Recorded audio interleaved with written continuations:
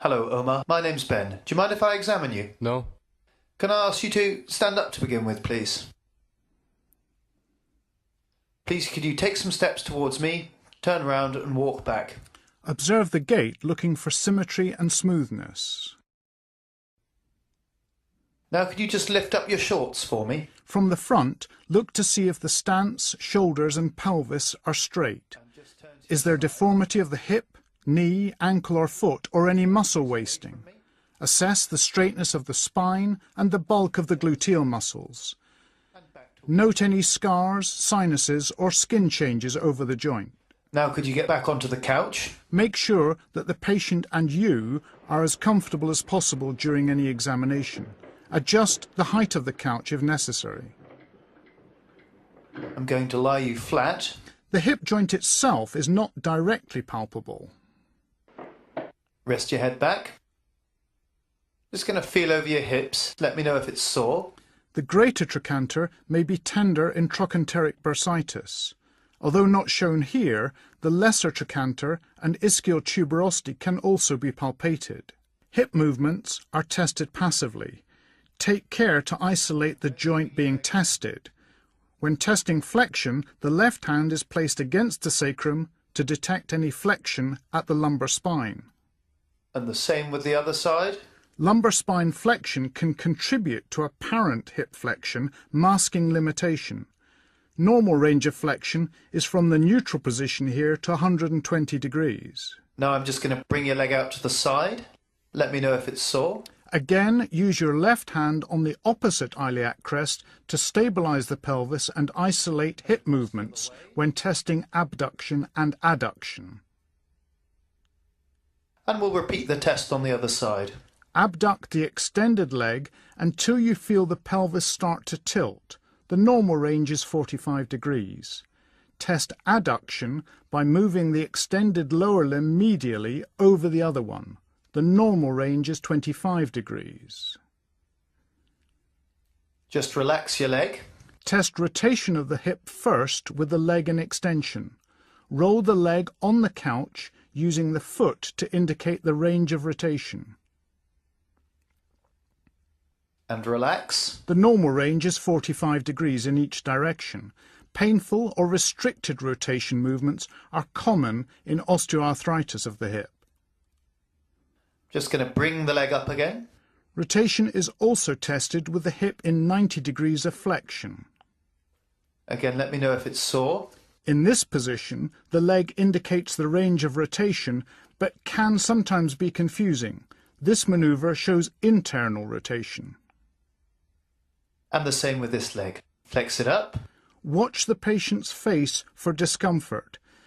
External rotation and internal rotation. In flexion, the normal range is also 45 degrees in each direction. Could you roll over onto your front? To test hip extension, we need some room posteriorly. Make sure that the couch is flat. Again, the left hand palpates the sacrum to detect movements out with the hip. Just going to lift your leg up again. Gently lift each leg in turn to assess the range of extension. And the same with this leg. The normal range is from neutral to 20 degrees of extension. Now roll back over. Now we show the special tests, starting with the Thomas test for fixed flexion deformity or limited extension. My left hand underneath. And again, can I put my arm under your leg? Flex both hips up as far as possible and feel that the lumbar lordosis is eliminated. From this position, we're testing the left hip. Now straighten your left leg and put it flat down onto the couch.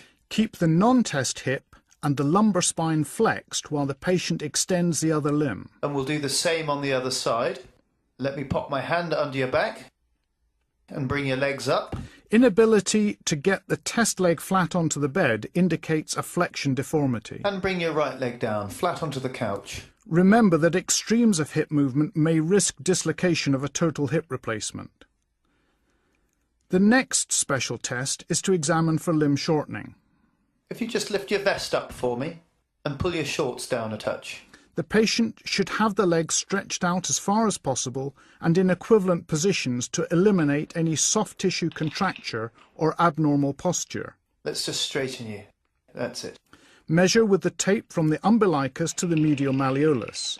This is the apparent length and will include any lumbar spine deformity or angulation of the pelvis. Record and compare both sides. Measure the true leg length from the anterior superior iliac spine to the medial malleolus. There are many causes of true shortening of the leg listed in the book. If you detect any discrepancy in leg length, follow up with block testing. This is described in the book. The final test is Trendelenburg's sign for normal hip abduction function in weight bearing.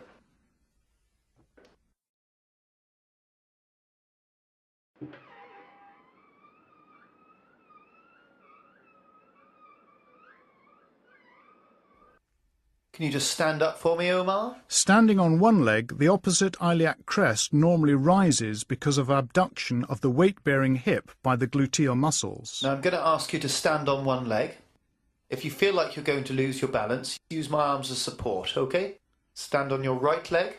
Carefully watch or palpate the iliac crests to see if they move up or down. It may be necessary to hold the posture for 30 seconds to demonstrate early gluteal fatiguing, and there are many other causes of a positive Trendelenburg sign.